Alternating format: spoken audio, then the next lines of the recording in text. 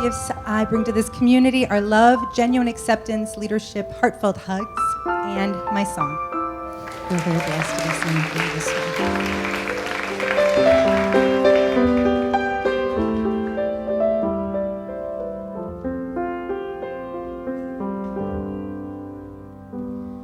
Now when I walk into this room and I look into your eyes, well, somehow I am not surprised.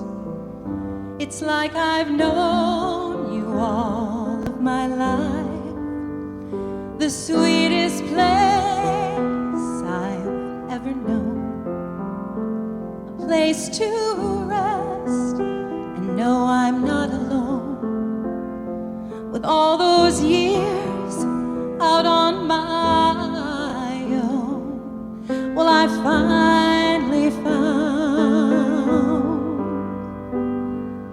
I'm home. What I bring to CSLDallas are creativity, virtuosity, and success. I bring my loving, caring, and positive personality. The gift that I bring is to be lovingly open to the flow of giving and receiving the blessings of Spirit. I bring CSL. I am a helper and a healer and a really good listener. And all our hearts are I bring encouragement, joy, and smile. My gifts to CSL are compassion, truth, and strength. A place to rest and know I'm not alone. I bring creativity, joy, and love. My gift to this community is my energy, creativeness, and happiness. The gifts I bring are friendship, love, and compassion. To this community, I bring joy, creativity, and music. I bring my dedication, strength, courage, and love. My gifts to this community are whatever you want me to be, a listener and love. And when I look out on this crowd and all that I can see is all I've ever dreamed, looking back at me. What I bring to CSL is compassion, love, and the ability to listen. What I bring to CSLDallas is happiness, a helping hand, and a positive attitude. Good morning, everyone. My gifts to this community are a loving personality, a giving spirit, and a valuable contributor in many areas of service. I bring my authentic self. Sometimes you forget what you put. Joy and love. Yes, I finally found this is home. I am home. You are home. We are home.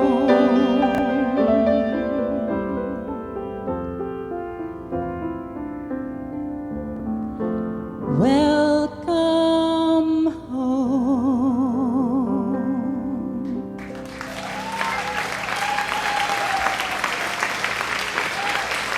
We talk a lot about we're family, we're community, we're really here to be in support of each other and be a part of each other's lives.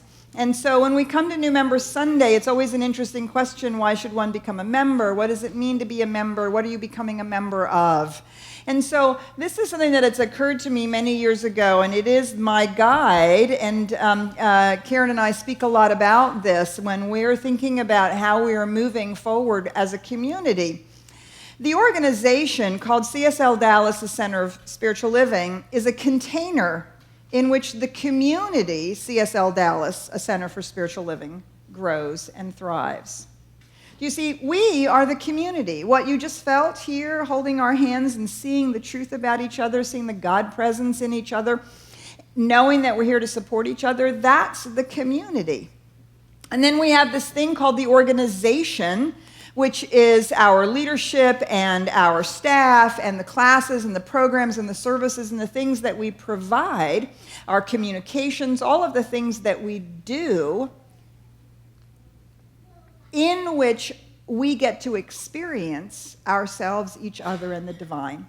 Do you see? So there's the organization and the community. Now, you belong to the community by virtue of walking through these doors. You're instantly a part of our community. You can go take classes, you can go to circles, you can be involved in all kinds of things, you can find your spiritual practice and participate in lots and lots of ways and belong to the community. At some point, what happens, however, is many of us decide that we want to be more than just receivers of the community. We actually want to be part of what keeps the container strong, powerful, and growing. And that's what membership is all about. Membership is about establishing the roots in our community and helping that container to grow and flourish. When we become a member, we say, this is my spiritual home. And it is so important to me that this spiritual home is here for me and for others, that I'm willing to become a part of what makes this container strong. I'm no longer here purely to be fed, although we hope that we're feeding each other all the time. But I'm now contributing in a deliberate manner to what we call the organization. This means that I can elect people into leadership and I can serve in leadership. I can participate at that level of organization. It also means that the organization supports you as a member. We have opportunities for ministerial, pastoral care, and all kinds of support when we have life passages, transitions. All of that's free when you're a member, and lots of ways in which we support our membership. So do you see the community and the organization, they grow hand in hand. They're both equally as important. And today on New Member Sunday, we're looking at how those two things support each other.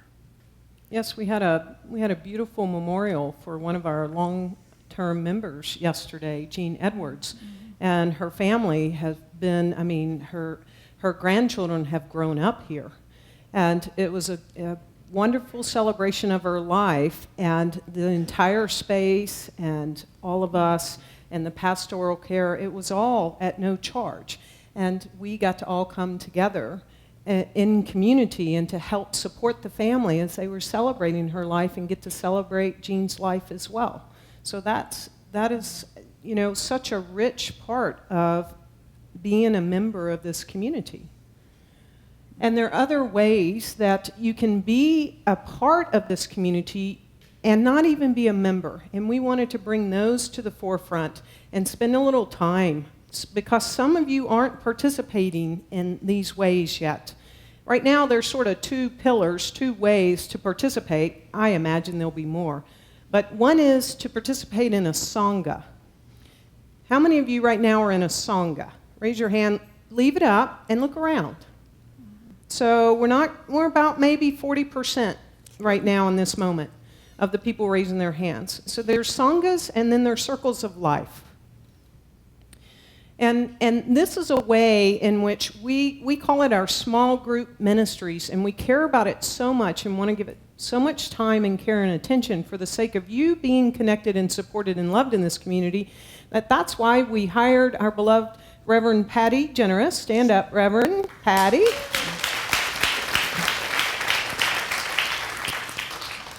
Who came back home to us. She wants you. And that is her sole focus is Sanghas and circles of life. She's devoting all of her part-time to that, as well as being part of the ministerial team.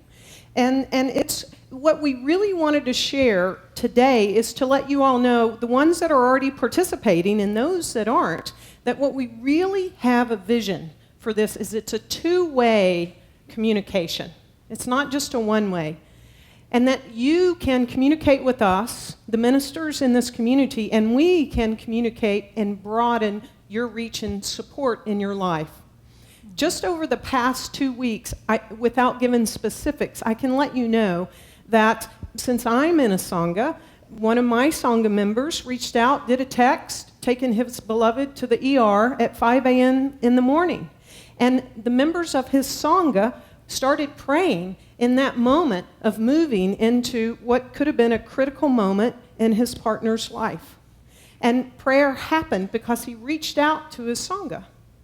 Another person actually just reached in as well and said, someone in her family was going to the hospital, please pray.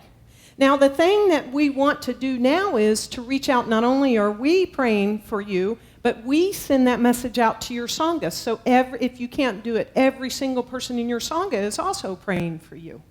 And it's a two-way kind of communication, because I can tell you that and I just got a new job, or I just found the love of my life, or whatever we want to celebrate. It's not just those moments where we're feeling a little unbalanced and there's something up in our life. And these small groups, especially the Sanghas, it's intended to pray together. We come together to pray together, 6 or 8 of us. Some are a little larger, typically once a month. There's one meeting twice a month, they love it so much. And we come together and pray for one another. Most Sanghas eat great food too, right? Who's in a Sangha that eats great food? Mm-hmm. Okay, good. and we get to know one another. And so when things happen, there is support. But we want that to be two-way support, because what we don't want is you come up to us and say, yeah, 2 weeks ago I was in the hospital. We didn't know. Or 2 weeks ago, I got the best job. I am just loving it. We didn't know. So it's this form of two-way communication and supporting each other and strengthening the relationships within these Sanghas. So Reverend Patty's that connection. And we will, now when we get calls, we'll actually, we won't do anything that's confidential, don't worry, but we'll say, hey, maybe the Sanghas need to know that someone could use a meal or walk a dog, or whatever it is.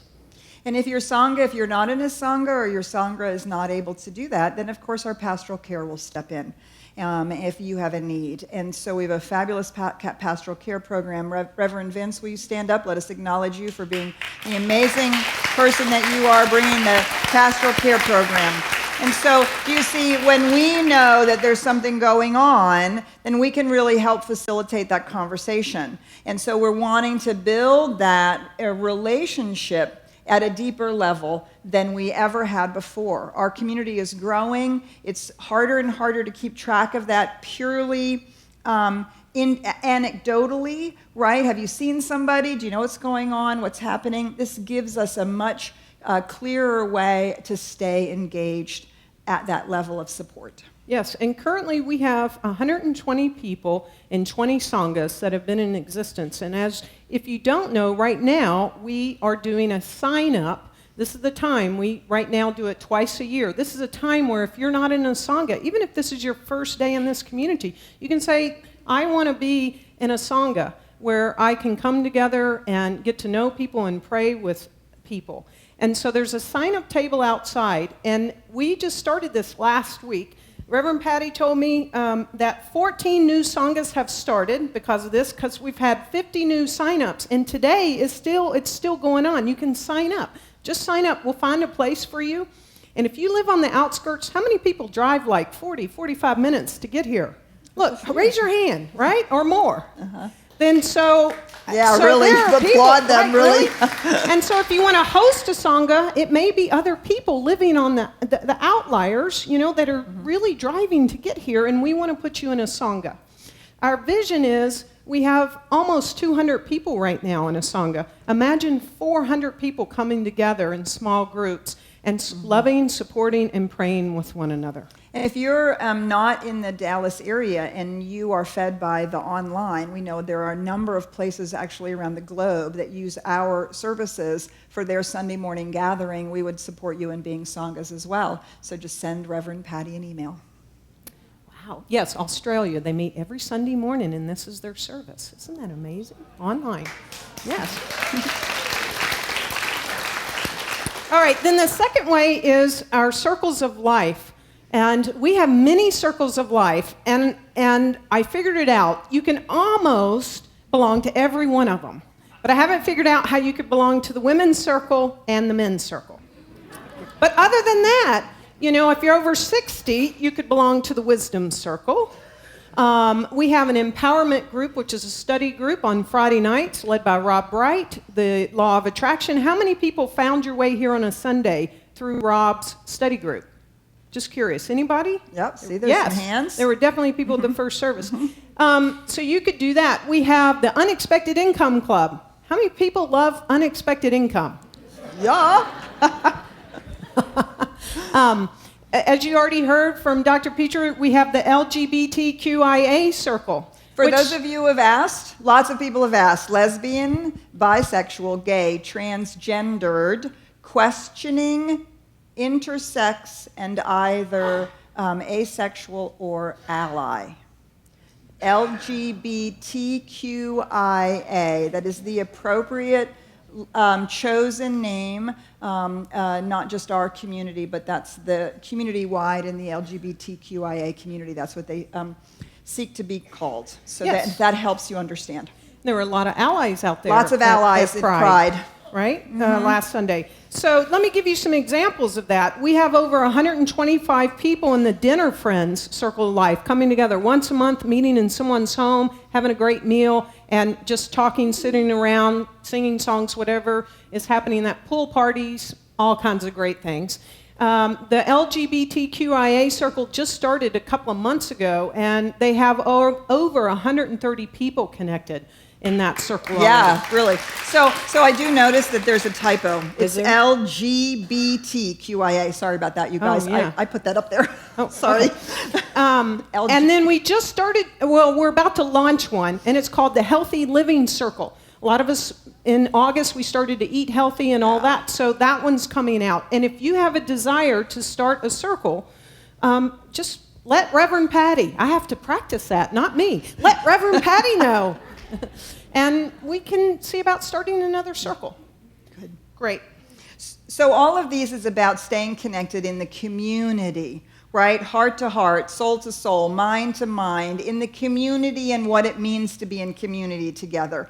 We also want to then stay connected organizationally, because these two things go hand in hand, and the organizational connection helps us support the community connection, actually helps us create this two-way communication. Without the organizational connection, it's much, much more difficult for us to do that.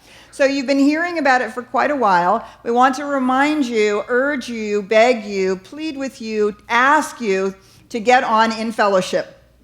We have 850 people in our active community. That's pretty darn good, isn't it? 850 yes, people. We cleaned it up. That's a in true our number. active community. These are active people, and we have 130 people who have signed up for In Fellowship. 800 and something, 100. Right? And of those 130, there's only like 69 in the directory. So we're going to talk about that. So here's what we need you to do. We ask you to today, this week, sign up for In Fellowship, because you'll be amazed at what you can see. You'll see the groups you're in, the Sangha you're in, the classes you're taking. You'll see all of that, and we'll be able to assist you in communicating with each other, and we'll be able to communicate back and forth.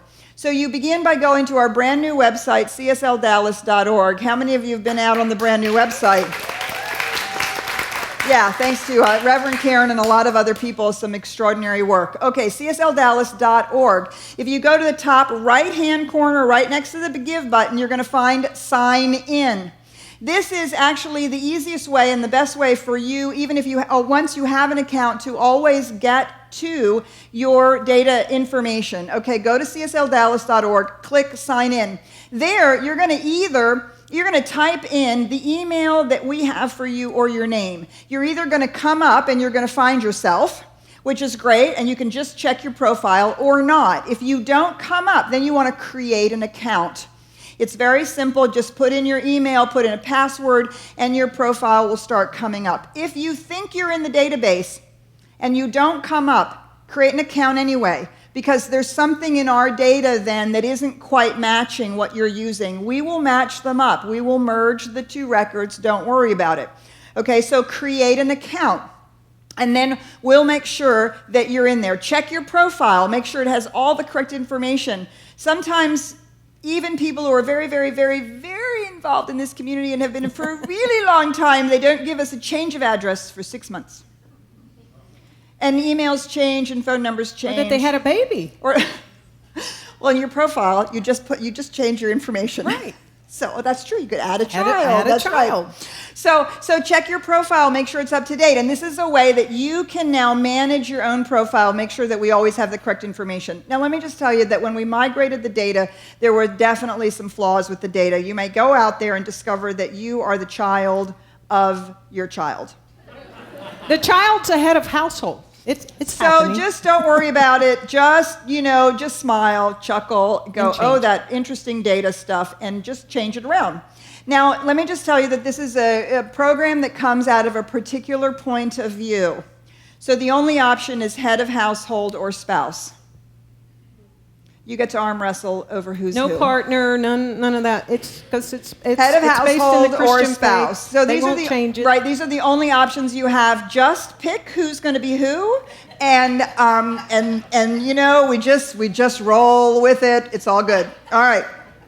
And so you can upload a photo. Actually, we please upload a photo. How many of people here, you don't have to raise your hand, but how many of us have the experience, we see somebody over and over and over again on a Sunday morning, we've been introduced once and we can no longer remember the name, right? Right, Tony? Okay.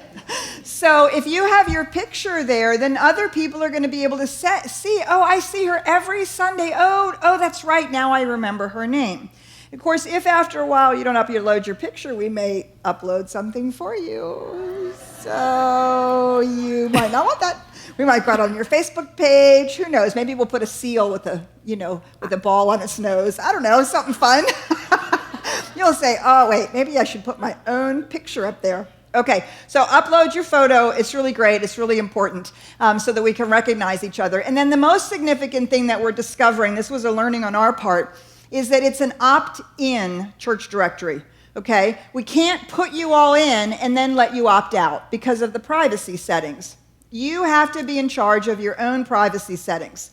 So when you get your profile, and some of you have a profile, we actually need you to go back and opt in because we have 130 people who have created their account and only 69 in the directory. So if you go down to the bottom of your profile, opt into the directory, and then set your privacy settings. It could just have your name and phone and a photograph so we know who you are. It would be lovely if there's an email or something that you feel comfortable with sharing, or you can share all your information. It's entirely up to you. But that way, we have an electronic church directory. You can find each other, right? But only if you're in the directory can you find other people. And eventually we're going to be inviting you to add your business. Like, remember the business fair and the health fair that we have? There's actually fields in there. You'll be able to put in your occupation so that we can, again, find each other, do business with each other. That'll be the next iteration as we learn to do this. So walk, don't run. No, run, don't walk. Not now. Stay to the end of the service. To your computer at home, and make sure that you make an account. It's really important. I know that, this is why we don't spend a lot of time on Sunday mornings talking about organizational stuff. Are you just like totally inspired now? I know, right? That's the problem. And yet there's no other way to really invite you to understand how important the doing of the organizational stuff helps us with the community. Yes. Right? Being in community together. And finally, we want to let you know about this thing that you've probably heard about. In Fellowship is really going to help us with this. Randy Craig is the mastermind behind this. If you have any questions, please ask him. Where's Randy? There he is. Randy Craig is amazing, right? So, person consciousness hours. So, as you know, in organizational development, they have learned to move beyond the profit bottom line, right? If we really want to be a healthy, sustainable organization, we now have 3 bottom lines: people, planet, and profit. And all 3 of those actually have to make sense to be a healthy, sustainable organization. So we count everything. We count attendance, we count donations, because I've always said people vote with their feet and their dollars. And yet, we can't really tell with attendance and donations whether or not we're fully living our vision and mission. What we rely on for that is anecdotal evidence. People will tell us stories. You hear the testimonials on New Member Sundays and during Adventures in Spirit and Community Voices, all the ways in which people share those kinds of things. But we actually want to be able to see that our community is being served. And so Person Consciousness Hours allows us to actually see whether or not we are living our mission and purpose. When people attend things, when you are in a group and attendance is taken, when you are volunteering and somebody puts your name down and says you volunteered for that thing, do you see, we're not actually interested personally in you. We're not going to ask you, oh, you went or didn't go. It's not about your consciousness. It's about whether or not our community as a whole is statistically moving deeper and deeper into the teachings, into the community, and into the organization. And so our in-fellowship is really going to help us sustain that ongoing relationship between organization and community. Remember I said the organization is the container within which a community thrives. The healthier the organization, the more full and complete it is that we are able to do what we do, see what we need to see, the more fully we can be the container together for each other, for the community. Ultimately, it's about our mission. It's about being able to do the things that we are here to do, both in our own personal lives and out into the world.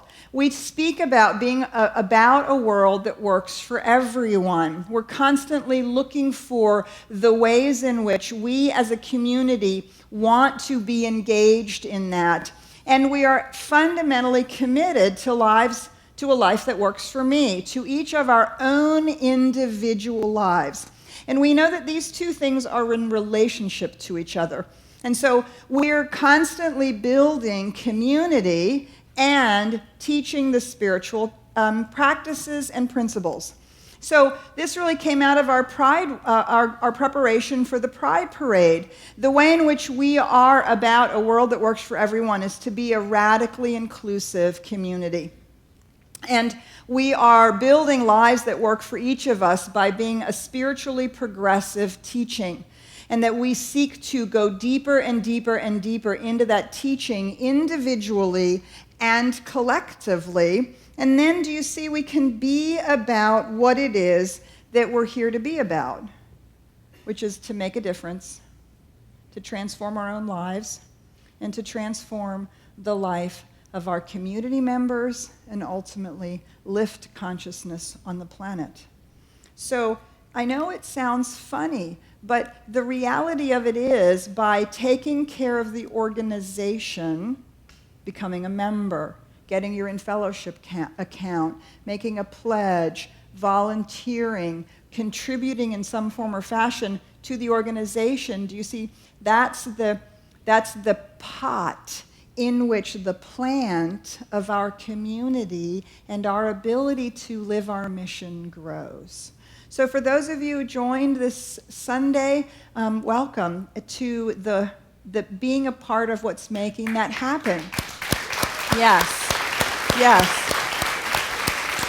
And for those of you who have been members, some since just last New Member Sunday, some for years and years and Decades. years and years, right?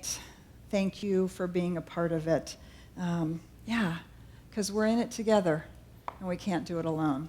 I do want to remind you that this Wednesday we have our last Wednesday series on our Treat Yourself topic, and we'll be talking about the last 2 steps of spiritual mind treatment, our form of affirmative prayer. And so, so we're just going to take all of that in and close with prayer. And pick up with spiritual teachings next week as we start a whole new yes. topic, and it's all on abundance. Abundance and prosperity. We dive into our spiritual teachings. Yes. All right, so let's just take a moment. Coming together, and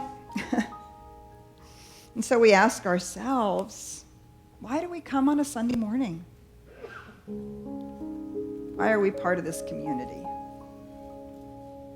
Why have we given so much money, spent so much time, participated in so many things. Why do we reach out to each other for prayer?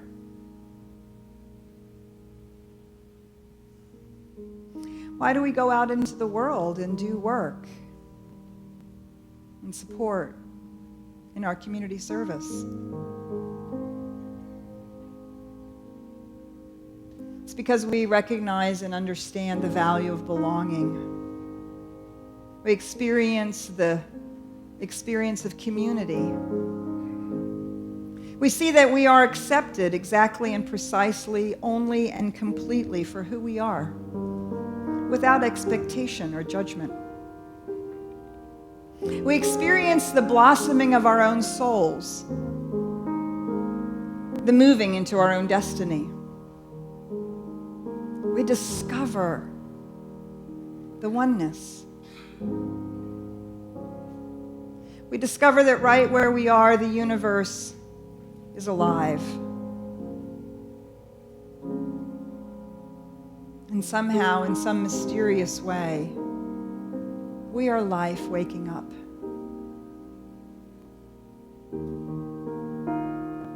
And so it is in the moments when we touch each other that we feel that presence.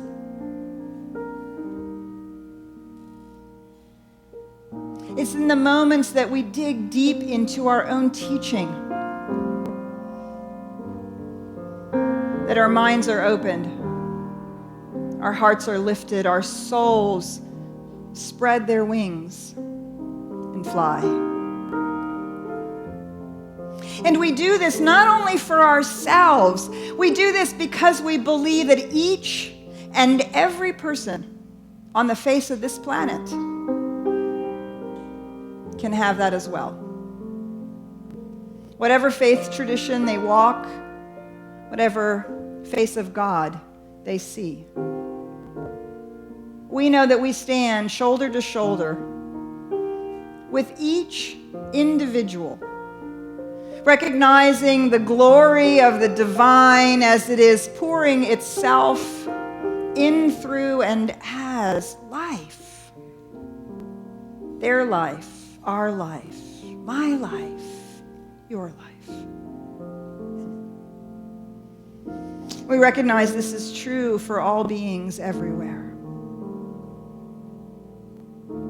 And if we imagine this planet, this blue jewel, hung in an immense velvet black sky, somehow that is us, cradled in the mystery of the One.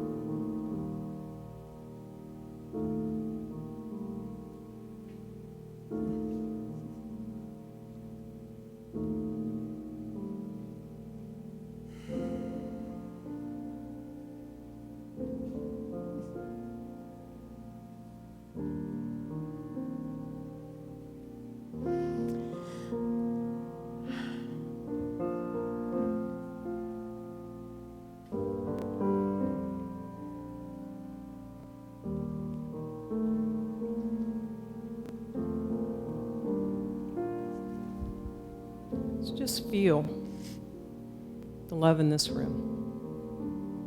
Feel the presence of Spirit, God, whatever you choose to call it. It's palpable. It's alive because it's each of us. We came here to be love, to be the presence, to be that which wants to give so unabashedly and so freely and so fully, and to receive all the blessings that life has to offer. This is community. This is coming together in the unity and the power and the presence of all life. And together, we get to experience it. We get to learn about it. And most of all, we get to be it. For that is a huge blessing. And so it is.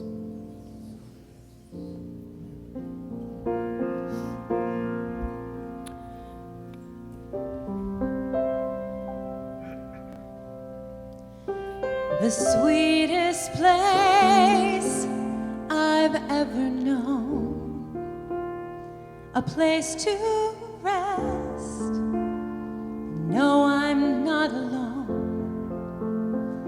with all those years out on my own.